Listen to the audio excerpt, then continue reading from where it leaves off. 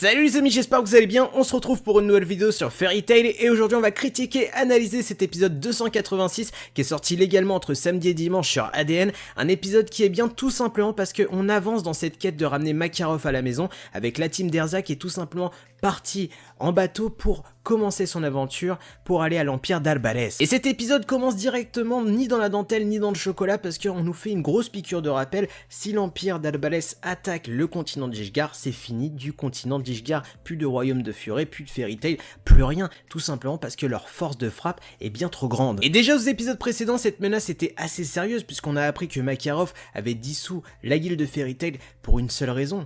Eh bien la sécurité du royaume de Furet. Il voulait négocier un pacte, un traité avec l'Empire d'Albalès et depuis il n'est jamais revenu. Est-il mort? Est-il emprisonné? On n'en sait rien, mais là la menace est plus que sérieuse puisque c'est les trois mages célestes d'Ishgard qu'en parlent. Et dans le même carton, on apprend que un des quatre mages a complètement quitté le continent d'Ishgard pour aller se rallier à la cause de l'Empire d'Albalès. Alors imaginez 2 petites secondes déjà que le continent d'Ishgard avait aucune chance face à l'Empire d'Albalès. Là, un des 4 rois célestes d'Ishgard a déserté le royaume de Furet pour aller s'installer chez les méchants au KLM. Est-ce qu'il a été payé? Est-ce que c'est quelqu'un qui a fait qu'il a été rallié à cette cause? On n'en sait rien, mais ça pue du cul parce que c'est un des mages les plus forts de Furet. Et très concrètement, en sachant ça, on peut que saluer le geste d'Erza de décider d'y aller en infiltration. Et c'est pour ça que pour moi, ça a été le meilleur choix de la mettre maître de la guilde de Fairy Tail, parce qu'elle a cette lucidité en mode, voilà, on y va en infiltration pour essayer de sauver Makarov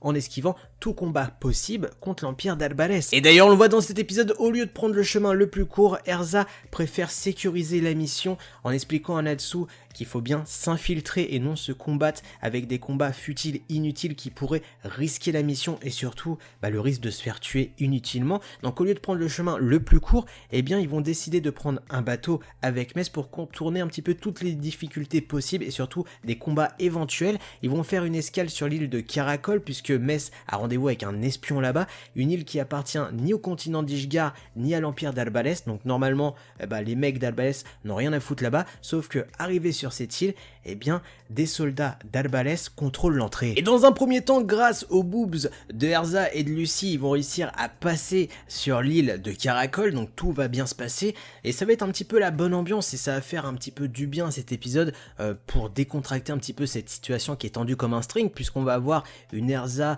un Natsu, un Grey qui vont manger cette glace connue sur cette île avec de la mangue, qui a l'air très bonne d'ailleurs, sauf que ça va totalement partir en couille, puisque des soldats d'Albalès veulent tuer un gamin qui cherche son père. Et forcément, même si c'est totalement en désaccord avec les mots de Erza, ne pas se faire opérer, éviter tout combat stérile, là c'est pas un combat stérile puisque ces soldats sont partis quand même loin, ils allaient tuer un gamin, donc forcément Natsu, Grey, Lucy et Erza sont partis totalement en sucette et ont commencé à castagner tous les soldats possibles. C'était un combat plutôt facile puisque c'est juste des sbires, tu vois, c'est un petit peu comme les mecs dans les Power Rangers, là, les vieux glou glou glou. Là c'est pareil, c'est des mecs totalement nuls, totalement rincés.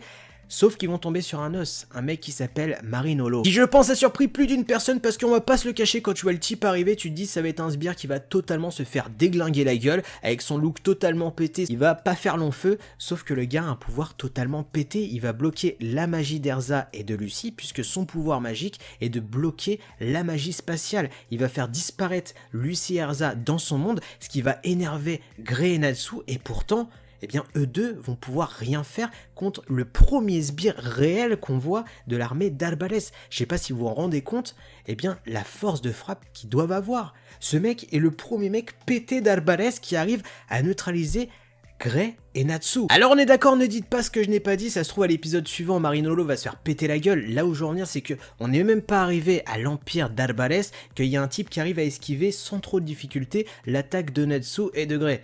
Donc c'est quand même chaud, et surtout qu'on termine cet épisode avec une meuf qui va pop comme ça, qui fait partie de l'armée d'Albalès, donc elle s'appelle Brandish, qui va directement stopper le combat de Natsu face à Marinolo parce qu'elle a une putain de prestance. Oui, elle a des boobs, oui, mais ce que je veux en dire, c'est qu'elle a une forte pression magique qui va calmer tout le monde. Dans tous les cas, dites-moi ce que vous avez pensé de cet épisode parce que franchement, j'ai été hypé pour le prochain épisode. N'oubliez pas de liker, de partager, de théoriser en commentaire et surtout de vous abonner à la chaîne YouTube. Sur ce, moi je vous laisse, tchuss!